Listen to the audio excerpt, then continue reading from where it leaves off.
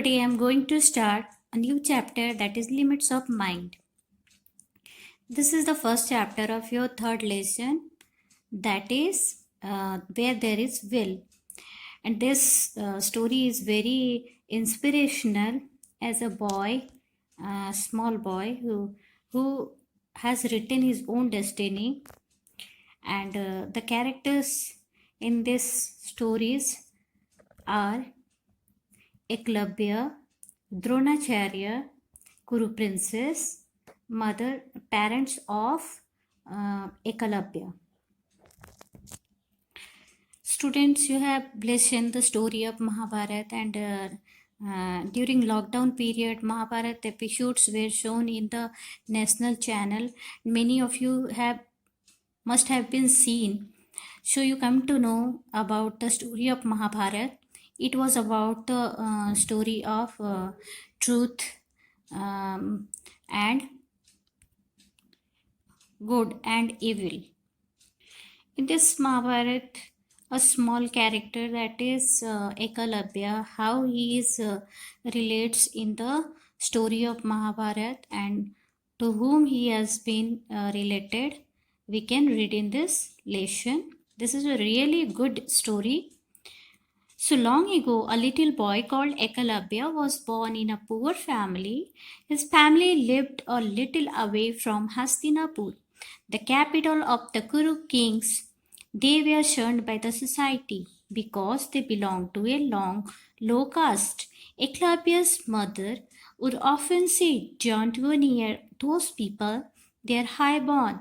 We lowborn are not supposed to mix with them." So you see, in this first paragraph, long ago, a little boy called Ekalavya. This boy is Ekalavya, was born in a poor family. His family lived a little away from Hastinapur. You have listened the name of Hastinapur. This was the capital of Kuru dynasty. The capital of the Kuru kings. They were shunned by the society because they belonged to a low caste. They were shunned by the society. Shunned means deprived or they are living very far away from the society as they were belonging to very low caste. Low caste, at that time the casteism was there in the society. So the people who are belonging to the low caste, they were living out of the city. Eklavya's mother would often say, "Don't go near those people, they are highborn. We lowborn are not supposed to mix with them." So always Eklavya's mother said that don't go near to the highborn people. Highborn people means the Kuru princess or the Brahmins, the Kshatriyas and other caste, and they were belong to the lower caste, that is called as Sudras. Sudras were regarded as the lower caste at that time, and Eklavya was the son of a Sudra person. Why, mother? Eklavya asked. He couldn't understand this discrimination. He was a small boy. He didn't know that what is a discrimination, what is the high born and what is a low born. This discrimination he was not understood. God set these limits. God, but why? Would God, what nice things for them and bad things for us, hasn't God made all of us equal? The little boy, he had a simple answer. He asked why God has said this type of discrimination.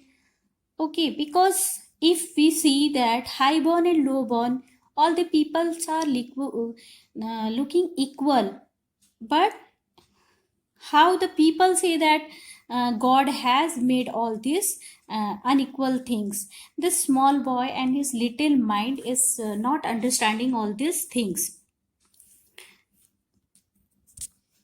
She sighed, "I don't know, but there are bounds we can't cross." As his mother is not so educated, and she has no logic to give any answer to her child. So she told that she doesn't know what is the meaning of limit. So the small child, he never get a accurate answer from his mother. So he was unable to understand the meaning of limit. One day, Eklavya saw a beautiful chariot coming into the forest near his village. He saw boys of his age get out of the chariots. Last, an old man with snowy white hair came out looking same but calm. Eklavya heard his father's voice. Those are the Kuru princes with their great teacher Drona. The boy he had just patted is his favorite Arjun. They have come to practice archery. Don't go near them. Then what happened one day? Eklavya saw that some beautiful chariots coming to the forest. Chariots, as you know, chariots means the rath. You have seen it is drawn with a carriage and pulling with two horses, sometimes one horse. So this is called as chariot, and some boys were coming out of the chariots. They were of the age of Eklavya, and a white snowy hair man was also coming out of the chariot, and that person was none other than Guru Drona. So Eklavya's father told that don't go near them. These are Kuru princes with their great teacher Drona. The boy he was just patted is his favorite Arjuna. That time he shown that Drona was patted.